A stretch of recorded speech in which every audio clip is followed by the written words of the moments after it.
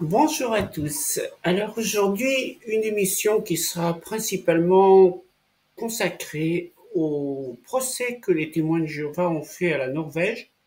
Vous savez qu'on en avait déjà parlé, on en revient, puis quelques news qui concernent le rapport mondial des témoins de Jéhovah et l'explosion du nombre des témoins. Voici le programme de Watchtower Dissidence numéro 115.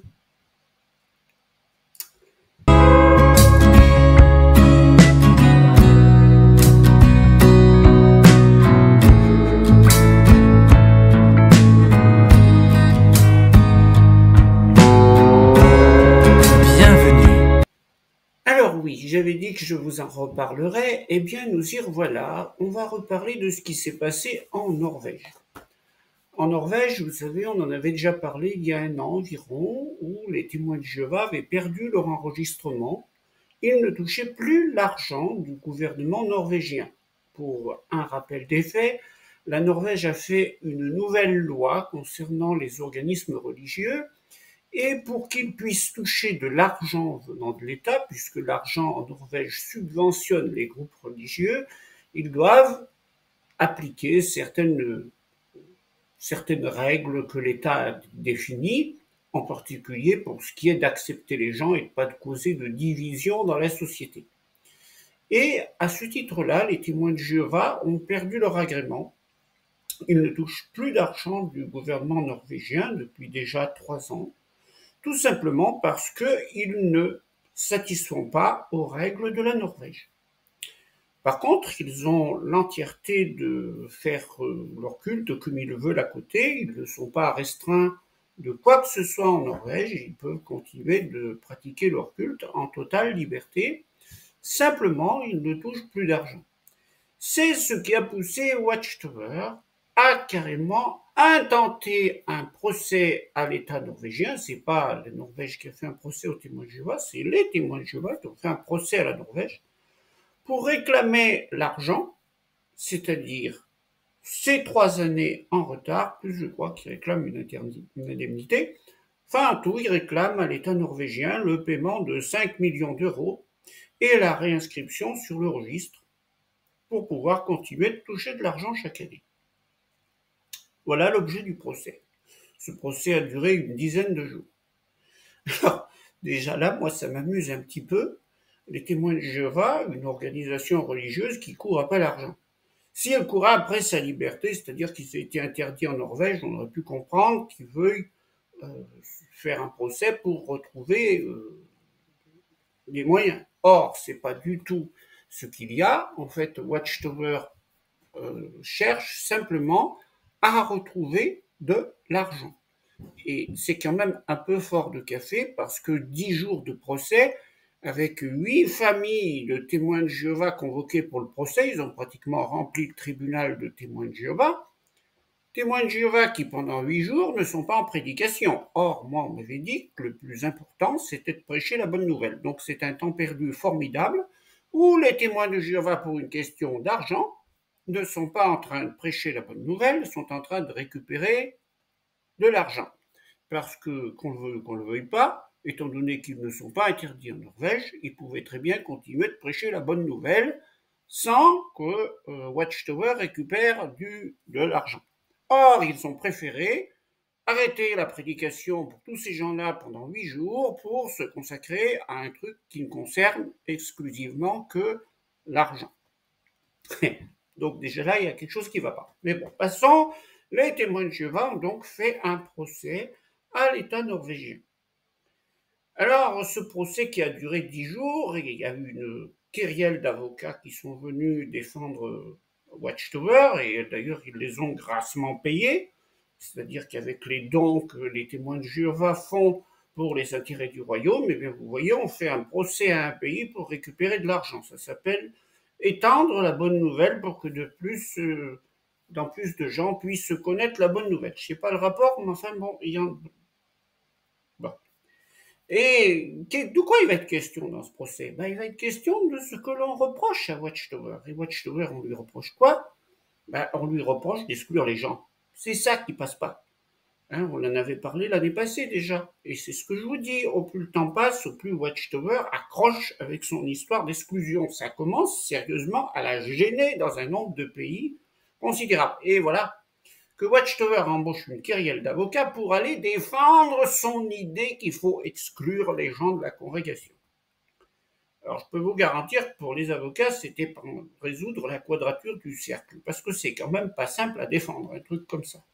Défendre que vous êtes une bonne organisation caritative, enfin pas caritative, mais œuvre de bienfaisance, en foutant dehors les gens, évidemment, c'est un petit peu difficile à mettre ensemble. Et bien voilà ce que les avocats devaient défendre. Alors on va dire que les avocats, ils ont axé leur plaidoirie, leur défense sur trois axes. C'est la première, c'est de dire en quelque sorte, nous sommes persécutés. C'est toujours à nous qu'on en fait. Vous voyez, en Norvège, on a donné à tout le monde, mais pas aux témoins de Jéhovah. Ah bah oui, bah voilà, c'est bien sûr. Parce que c'est toujours nous qui sommes persécutés, toujours nous. On est des pauvres petits témoins de Jéhovah qui suivons scrupuleusement les Écritures, on ne fait pas de mal à personne, on est bien gentil, et c'est sur nous qu'on tape, mais c'est pas juste, non, c'est pas juste. On tape sur de pauvres étudiants de la Bible qui ne font qu'appliquer les instructions de l'apôtre Paul qui a dit « Moi j'ai déjà jugé, livrez un tel homme à Satan. » Alors je suis bien obligé de le livrer à Satan. S'il l'avait tenu, livrez-le à la boucherie et découpez-le en morceaux, ben on l'aurait fait aussi parce que c'est marqué dans la Bible. Mais bon, peu importe, il n'avait pas dit ça, heureusement. Bon. Toujours est-il que ces témoins de Jéhovah essayent aussi de minimiser les choses. C'est-à-dire que ceux qui se plaignent d'avoir été exclus, qui ont parlé, l'ont fait sur des choses qui sont des incidents isolés et ennuyeux. Ouais, raconter des histoires comme quoi j'ai perdu ma famille et que j'ai eu des tentatives de suicide parce que j'ai passé un comité judiciaire. Ce sont des incidents isolés et ennuyeux. Des témoignages peu fiables. On n'est pas sûr que ce soit juste.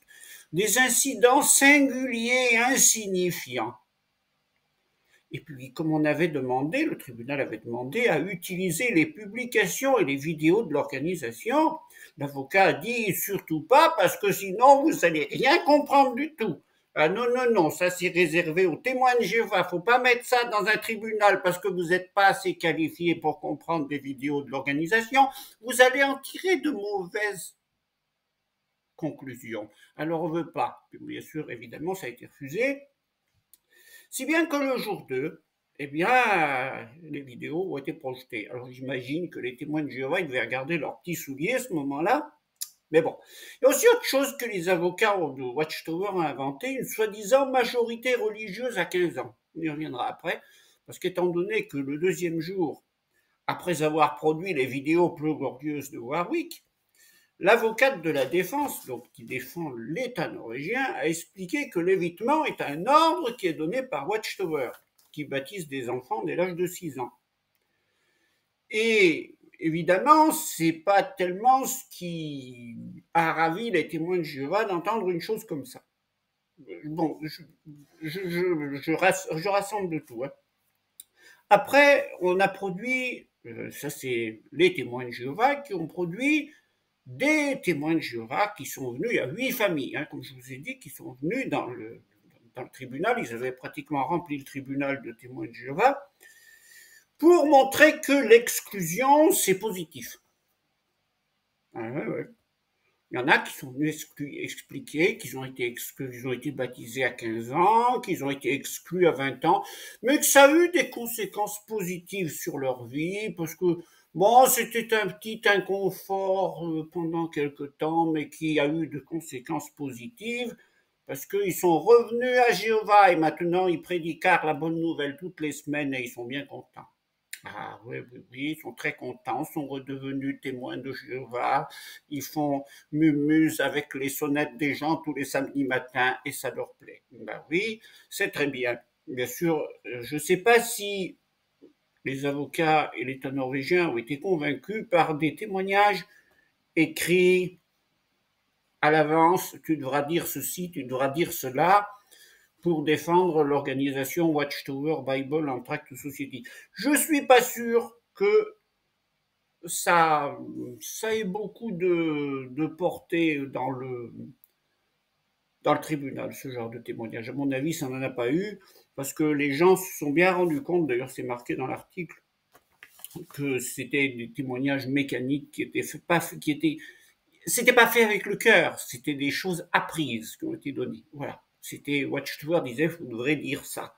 Exactement comme ça se fait dans les assemblées. Hein. Vous savez, quand vous avez une démonstration sur un podium d'assemblée, c'est tout du fabriqué. Il n'y a pas de quelque chose qui vient du cœur là-dedans. C'est complètement absurde.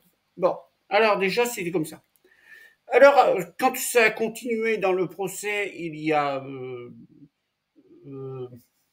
eu un expert en droit de l'homme qui s'est exprimé, et l'avocat des témoins de Jéhovah a tout fait pour minimiser les choses. Quand on lui a dit qu'il y avait des règles dans l'organisation, lui a dit que le livre des anciens, c'était juste pour donner quelques indications, mais c'était pas des règles. Non, en fait, les anciens, s'ils suivent pas le livre des anciens, c'est pas grave. Non, non, non, il leur arrivera aucun souci s'ils suivent pas. Non, parce que s'ils ont estimé que c'était mieux de faire autrement, ils peuvent faire autrement. Ouais, la belle blague. Essayez d'être ancien puis de ne pas suivre les instructions qu'il y a dans le livre des anciens. Vous allez voir ce qui vous arrive à la prochaine semaine spéciale qui arrive. Elle ne donne pas cher de votre place. Vous serez éjecté sur orbite vite fait à coup de pied au derrière par le surveillant de circonscription. Eh oui. Donc c'est absolument un livre de règles. Mais vous voyez, le travail de l'avocat, c'est de minimiser. Oui, oui, oui, le livre des anciens, c'est marqué ça. Mais bon, c'est accessoire, c'est des petites choses qu'on a marquées au cas où, mais bon, on n'est pas obligé de le suivre. Non, non. Bon, ça, c'est du mensonge à haute dose, c'est pas autre chose. Alors, ce qui est pas mal, c'est que l'un de ceux qui a témoigné pour la défense, c'est Rolf Furuli. Alors, Rolf Furuli, qui sait, ça vous dit peut-être plus rien, c'est un témoin de Jéhovah qui a été exclu, mais pas n'importe quel témoin de Jéhovah. C'est quelqu'un qui est instruit, qui a fait des études universitaires, qui a été témoin de Jéhovah, qui a été surveillant de district, mais qui a été renvoyé parce qu'il s'est opposé au collège central. Il a écrit un livre et il a carrément dit ce qu'il pensait, donc il s'est fait lourder.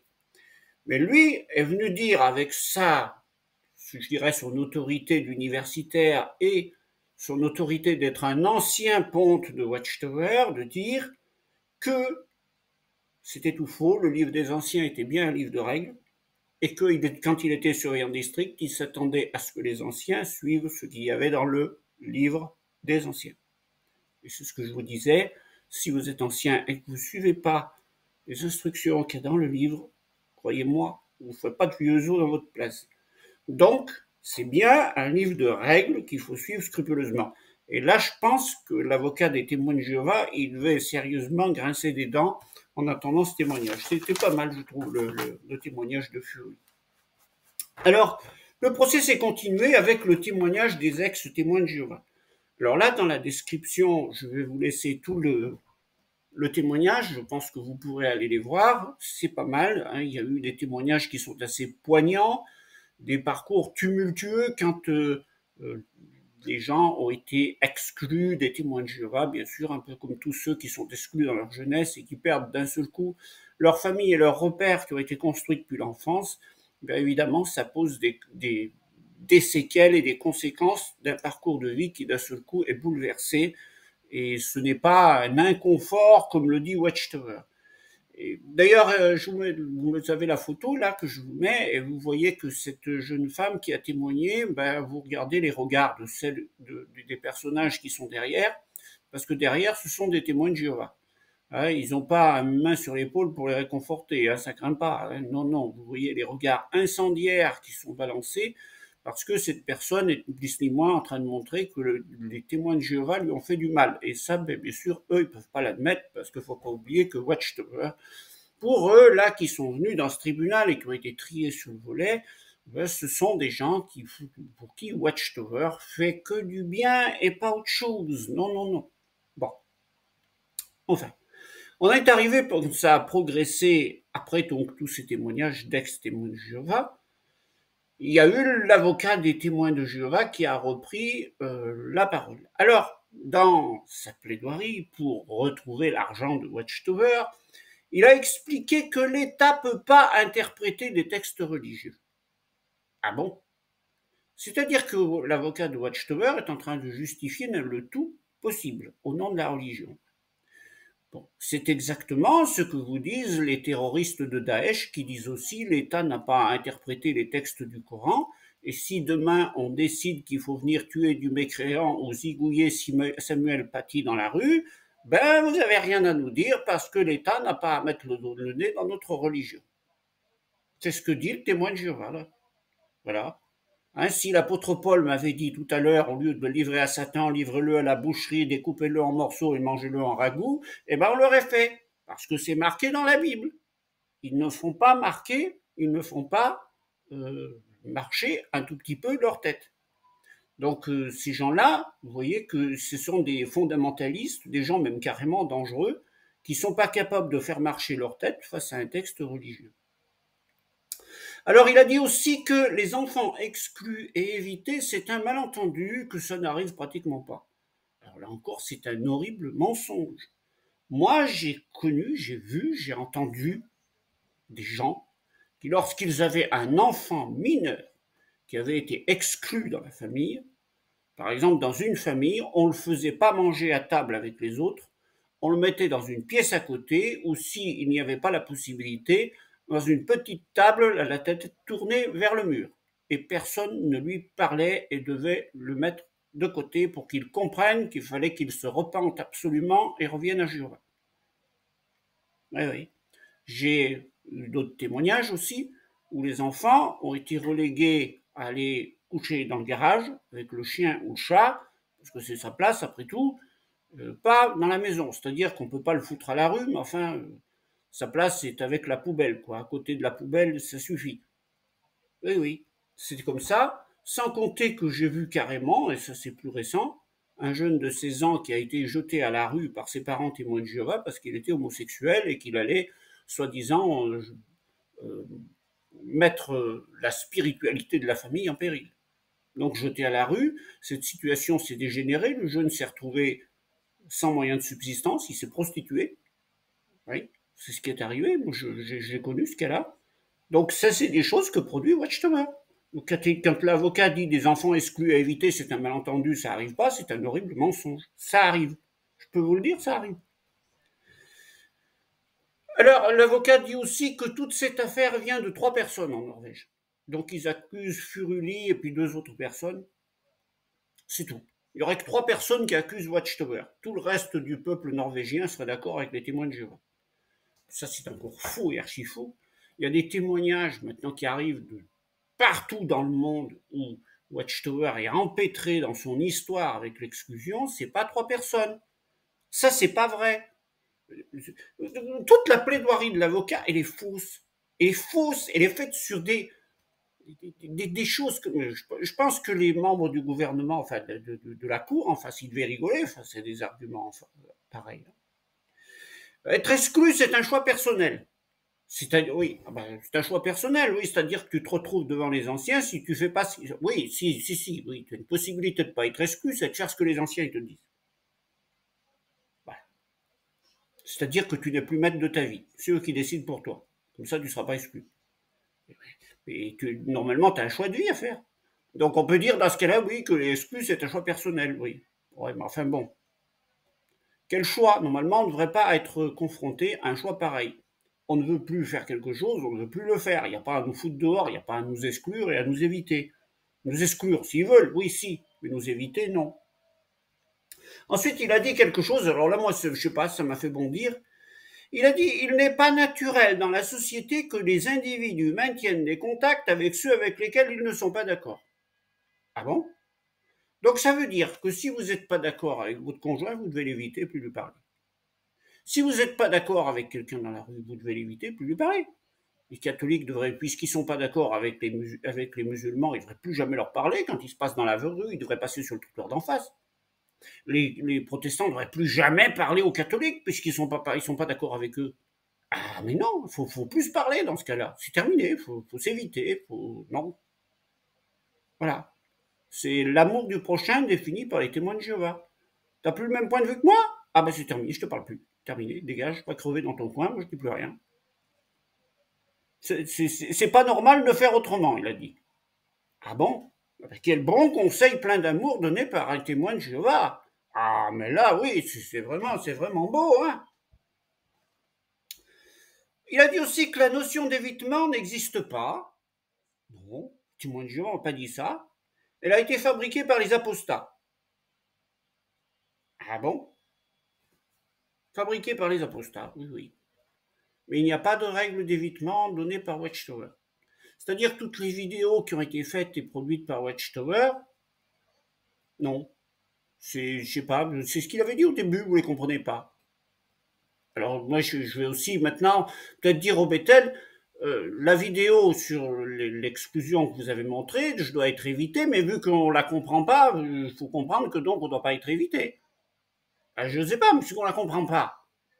Ben oui, ben, si on ne comprend pas, il faut la comprendre comme il faut. Donc donne-nous la traduction de ce qui est marqué dans la vidéo, puisqu'il ne faut pas comprendre ce qu'on a compris. Ben oui, mais décidément, cette plaidoirie, moi, je sais pas, mais j'aurais quelqu'un en face qui me tient une langue de bois pareille, je crois que je sais pas ce que je dois faire. Enfin bon. Et puis, il est revenu sur la même chose. Les témoins de Jéhovah ont été persécutés, c'est toujours eux les victimes. Alors, c'est eux qui font du mal, mais non, c'est eux les victimes. Ils sont de pauvres petits caliméros qui sont toujours persécutés. Toujours à nous qu'on fait du mal. Mais non, toujours nous qu'on tape dessus. Oui, oui, bien sûr. Mais cette victimisation perpétuelle, ça ne tient pas debout. C'est absurde. Je ne sais pas comment les membres du gouvernement ont réagi à un réquisitoire fait aussi bancal, parce que c'est de la langue de bois d'un bout à l'autre. Franchement, un pur exemple de langue de bois. Et je sais pas, c'est comme ça c'est pour ça que c'est indéfendable. C'est indéfendable. C'est pas possible de défendre ce qu'ils défendent. Alors je ne sais pas comment ils vont faire. Et puis à la fin, il y a eu. Moi, ça m'a amusé le début parce qu'on en trouve l'enregistrement dans des vidéos.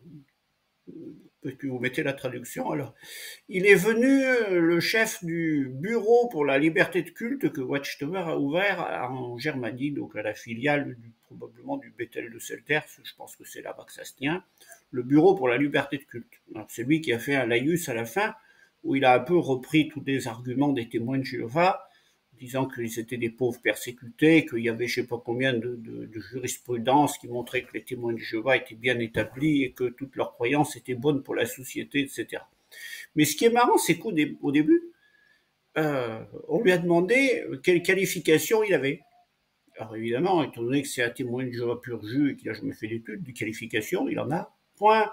Et donc il répond, donc plusieurs fois le président du tribunal lui demande mais quelle qualification vous avez, et il finit par répondre je suis commerçant, et puis il rajoute après en bâtiment, commerçant en bâtiment. Je ne sais pas ce que ça veut dire commerçant en bâtiment, étant donné que Watchtower passe son temps à acheter et revendre des bâtiments. Il a appris ça chez Watchtower, agent immobilier, commerçant en bâtiment, je ne sais pas, ou si c'est qu'il est commerçant dans les matériaux de construction du bâtiment, parce que ça peut aussi être ça. Parce que chez Watchtower, étant donné que tout le monde fait du bâtiment et qu'il n'y a plus que ça qui compte, parce qu'il faut quand même savoir que la spéculation immobilière chez Watchtower, ça bat son plein en ce moment. J'ouvre une petite parenthèse ici. Vous savez, aux États-Unis, vous pensez que Watchtower, elle a vendu Brooklyn, mais elle a acheté Warwick. Bon, c'est à peu près tout. Ah oui, ils construisent Ramapo.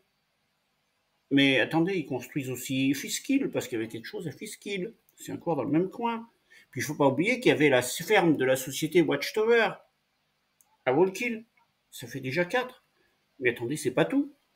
Il y a une autre bâtiment de Watchtower dont ils se servent, qui se trouve en Californie. Ils avaient acheté un grand complexe en Californie.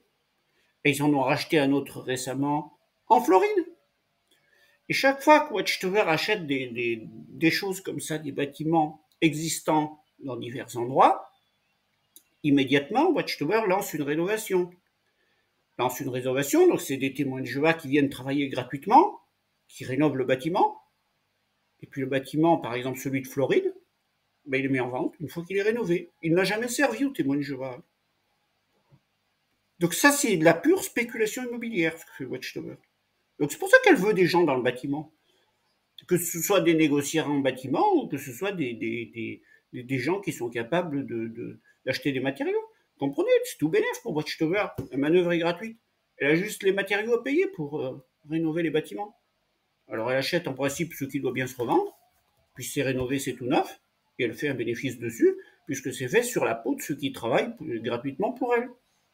Mais je pose aussi une question aux dirigeants de Watchtower. Pendant que vous prenez des gens pour aller rénover vos bâtiments pour de la pure spéculation immobilière, expliquez-moi comment ça se fait que ces gens-là, pendant qu'ils font ça, ils ne sont pas dans le territoire en train de prêcher la bonne nouvelle, puisque c'est urgent de prêcher la bonne nouvelle. Pourquoi ils vont rénover des bâtiments? Puisque ces bâtiments ne serviront à rien et qu'ils vont être fondus. Pourquoi? Alors, je ferme la parenthèse. On revient au procès de Norvège. Mais vous voyez que les témoins de Jéhovah sont complètement à côté de ce qu'ils doivent faire actuellement. Alors, le procès, bah, il va se finir comme il va se finir, on va dire, parce qu'on ne sait pas, hein, il a duré une dizaine de jours, et puis bon, bah, maintenant, il faut attendre le verdict. Mais de toute façon, que les témoins de Jéhovah récupèrent leur argent ou ne récupèrent pas, je dirais l'important n'est pas là. L'important, il est que pendant 10 jours, les projecteurs ont été braqués sur ce que fait l'organisation, qui est carrément glauque. Et Watchtower est de plus en plus empêtrée dans une situation où elle accumule procès sur procès et où c'est toujours la même chose qui revient, défendre sa pratique de l'exclusion. Elle ne passe plus nulle part. Et je ne sais pas combien de temps Watchtower va pouvoir tenir dans une situation comme ça. C'est quelque chose qui ne va pas, qui la met, et puis ça crée même à l'intérieur des témoins de Jéhovah des situations qui sont totalement absurdes et qui ne marchent pas. Voilà ce qu'on pouvait dire déjà sur le procès de Norvège, ce que je voulais vous parler aujourd'hui. La deuxième chose qu'on va aborder maintenant, c'est le rapport mondial. Le rapport mondial, donc, des témoins de Jéhovah. Alors, il y a pas mal de surprises et je vais vous montrer que cette organisation est sur le déclin. En effet, au cours de l'année écoulée, Watchtower a eu un maximum de proclamateurs de 8 816 562 en maximum de proclamateurs. Mais la même année, Watchtower a baptisé 269 517 baptisés. Étant donné qu'ils ont eu un accroissement de 1,3, ils ont donc eu une augmentation de proclamateurs par rapport à 2022 de 114 616 proclamateurs. C'est-à-dire qu'il y a 114 616 proclamateurs de plus, alors qu'il y a 269 517 baptêmes. C'est-à-dire qu'il y a un écart de 154 901 personnes qui sont passées où?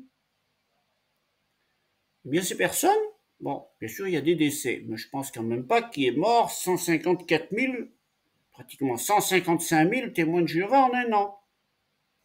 Non. La grande partie de ces personnes, c'est celles qui sortent. C'est-à-dire que sur l'année, il y a 150 000 personnes qui sont sorties, alors qu'il n'y en a que 114 000 qui sont rentrées. C'est-à-dire que Watchtower, en fait, elle perd des effectifs. Elle ne grossit pas, elle diminue. Donc face à ces chiffres, on comprend que les membres du collège central sont aux abois. Leur organisation ne marche plus, elle régresse, elle perd des membres. C'est-à-dire que face à cette situation, je ne sais pas combien de temps ils vont mettre pour progresser. Ils sont sur le recul, ils ne sont plus sur l'avancement. La deuxième chose qui saute aux yeux aussi, c'est les participants au mémorial. 22 312 participants au mémorial. Alors là, il y a un sacré problème. Ça ne fait qu'augmenter chaque année, alors qu'au milieu des années 90, moi j'entendais les dirigeants des Témoins de Jéhovah de France, à la fin des assemblées, dire qu'Armageddon était véritablement très proche. L'une des choses qui faisait dire qu'Armageddon était très proche, c'est que le nombre des frères Ouin diminuait rapidement et que la plupart de ces frères étaient très âgés. Alors, étant donné qu'il ne diminue plus mais qu'il augmente, donc Armageddon se retire. Sachant aussi que Watchtower a toujours enseigné que il n'y avait plus de personnes ointes de l'esprit depuis 1935 et que c'était la grande foule maintenant. Que sont ces 22 312 personnes qui prennent les emblèmes? Alors il y avait quelque chose d'intéressant à considérer, c'était comment Watchtower avait répondu à cette chose-là dans une tour de garde du 20 janvier, l'année, je l'ai oublié, c'est 2020. Voilà, donc j'étais déjà plus chez Watchtower, mais j'avais bien vu qu'il se passait quelque chose à ce niveau-là qui n'allait pas quand j'y étais encore. Et Watchtower a dit, pour une fois, elle a dit quelque chose de vrai, et là je suis tout à fait d'accord avec ce qu'a écrit le Collège central, pour une fois. Elle a dit, certains de ceux qui s'étaient mis à prendre les emblèmes ont par la suite arrêté, d'autres ont peut-être des troubles psychiques ou affectifs qui les amènent à croire qu'ils régneront avec Christ dans le ciel. Mais comme Watchtower a raison, les témoins de Jéhovah ont des troubles psychiques et affectifs, profonds et graves. Vous savez, lorsque j'étais encore chez les témoins de Jéhovah, et ça je vous l'ai dit, c'était juste le dernier mois avant que je sois exclu, j'ai dit je suis chez les fous, et j'étais chez les fous. Il y a une femme, une mère de 4 enfants, tout à fait ordinaire, hein, pas une pionnière, pas rien de spécial, hein, qui s'occupe de ses gosses, voilà. Eh bien, figurez-vous, elle a vu le char de Jéhovah en fermant ses volets le soir. Et Jéhovah s'est arrêté, l'a montré du doigt et lui a dit, toi, puis ce jour, elle est loin. Mais oui, moi j'ai simplement pensé une chose. Je me suis dit, elle a fait ça maintenant, elle aurait fait ça dans les années 80 et les anciens qui seraient venus la voir lui auraient dit, tu fais quoi, t'as une planchette Ouija, tu fais du spiritisme chez toi? Maintenant, il y a toute la congrégation qui est derrière, tu te rends compte, il y a une sœur Wen dans la congrégation, elle a vu le char de Jéhovah, c'est extraordinaire. C'est-à-dire qu'elle, elle a déjà des hallucinations, il faut se demander pourquoi, mais le pire, c'est qu'il y a encore plus de fous dans la congrégation, puisqu'ils sont capables de lui dire, mais c'est très bien, même des anciens. Non, non, là. Non, là, je peux pas suivre des choses comme ça. Je peux pas. Moi, je peux pas. C'est complètement de l'absurdité. Alors après, hein, bon, je suis persuadé aussi que sur ce nombre de ouins qui monte, il y en a un certain nombre de ceux qui veulent devenir des prophètes, euh, qui n'ont plus rien à fiche de l'organisation de Jéhovah et qui vont prophétiser. Oui, oui, bon, ils vont prophétiser. C'est sûr qu'après boire, on prophétise encore plus. Mais ce que je sais, c'est que tout ça montre l'état déplorable dans lequel sont les témoins de Jéhovah. Et ça, je l'ai vu. Je l'ai vu au fil du temps. Autant avant, il y avait des gens qui tenaient la route, sous tous les sens du terme, parce que c'est des gens qui qui étaient des convertis, mais qui dans leur jeunesse avaient fait des études, avaient travaillé, avaient les pieds sur la terre. Après sont arrivés les enfants de témoins de Jéhovah, juste abrutis dans la littérature de Watchtower et rien d'autre. Pas d'études, rien du tout, que du Watchtower, que de la Bible, que de l'apôtre Paul, que du livret tel homme à Satan, livrez-le à la boucherie aussi si vous voulez. Mais tout ça, c'est pour vous montrer que au plus cette organisation s'enfonce dans son délire, au plus elle aura des gens complètement fous qui sont capables d'ailleurs aujourd'hui d'aller au tribunal, comme on l'a vu avant, pour dire être exclu, ça m'a fait du bien, c'est formidable. C'est-à-dire qu'on est même capable d'être masochiste et de se dire je me fais du mal, j'ai reçu des coups de bâton et c'était très bien. C'est ni plus ni moins ça. On va justifier l'injustifiable. Mais tout ça parce qu'il n'y a plus aucune notion du bien, du mal dans la tête. Tout est dévoyé, tout est tronqué, tout est tordu. Il n'y a plus rien. Donc, les emblèmes, l'histoire des ouins, de la grande foule, il n'y a plus personne qui sait rien. Ils sont perdus. D'ailleurs, quelles études ils font? Est-ce que les témoins de Jéhovah aujourd'hui étudient encore ces choses comme on a étudié, nous, sur la grande foule, sur les ouins? Non, il n'y a plus d'études comme ça. C'est terminé. Il n'y en a plus un qui ne comprendrait rien du tout. Alors, on fait des études de choses superficielles sur le fait de prédiquer la bonne nouvelle en parlant bien aux gens ou des choses comme ça. Puis le jour où il arrive le mémorial, il y en a plus, ils sont tous paumés, ils savent plus où ils en sont. Le char de Jéhovah, on leur en parle à tout bout de champ, ils savent même plus que c'est dans le livre d'Ézéchiel, ils savent plus, ils ont oublié. Est-ce qu'ils ont fait une étude sur le livre d'Ézéchiel? Non, rien du tout. Donc après, ils sont loin, mais ils sont loin de rien du tout. Ils sont loin de leur propre tête, de leurs propres idées. Et c'est des gens qui ont perdu la raison, qui sont devenus un peu tout marteau sur les bords. Voilà. Alors c'est le triste état dans lequel se trouvent les témoins de Jéhovah aujourd'hui. Et ça, c'est lamentable, parce que avant des ouins, moi de ce que je me souviens, quand j'étais gosse, il y avait une chose qui me faisait peur quand j'étais gosse, c'était d'être loin de l'esprit, parce que j'avais peur de ça. On me disait qu'il y en a qui étaient loin de l'esprit, je disais pourvu que ça m'arrive pas, parce que je voulais absolument pas aller au ciel. D'ailleurs, je veux toujours pas y aller.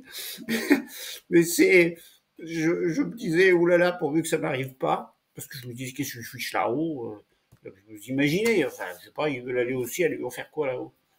Assis sur un nuage à discuter avec un vieux prophète barbu pendant l'éternité. Non, mais enfin, je caricature. Mais non, ça n'a pas de sens tout ça.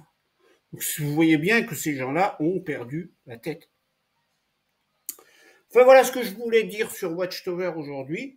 J'espère que je pourrai vous donner assez rapidement des résultats du procès de Norvège. Alors, c'est difficile de dire comment il va se terminer. De toute façon, vous pouvez voir dans la description de la vidéo dessous comment les choses se passent.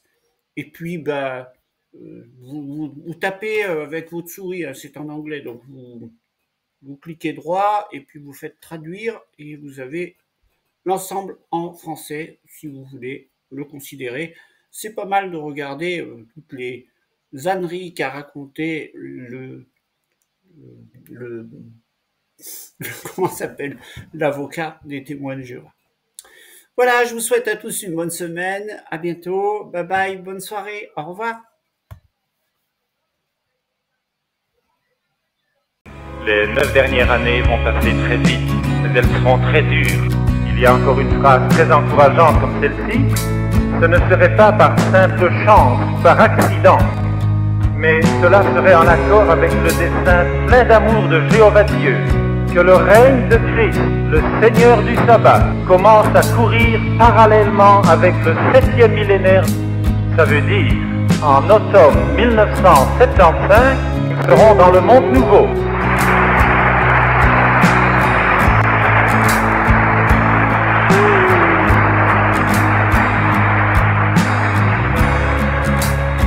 Nous ne connaissons pas le jour et l'heure d'Armageddon. Nous ne savons pas dire quand il va commencer, mais nous savons dire une chose, nous savons quand il va finir. Il sera fini pour l'automne 1975. You just take a look, and this is the idea Jehovah is getting across, at your hands. And you look at your hands now,